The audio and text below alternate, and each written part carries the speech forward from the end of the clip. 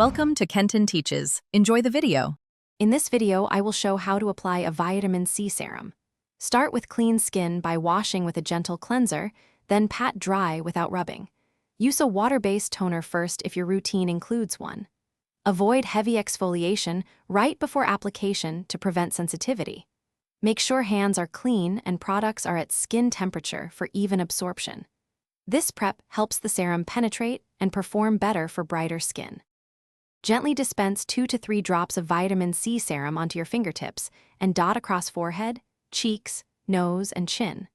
Press the serum into the skin using light tapping motions to promote absorption without tugging. Focus on areas with discoloration or dullness, but avoid the waterline and fresh wounds. Let the serum sit for about 1 minute so it can absorb before you apply moisturizer or sunscreen to seal in benefits. After the serum absorbs, follow with a hydrating moisturizer to lock in moisture and support the skin barrier. In daytime routines, always finish with a broad-spectrum sunscreen of at least SPF 30 to protect treated skin from UV damage.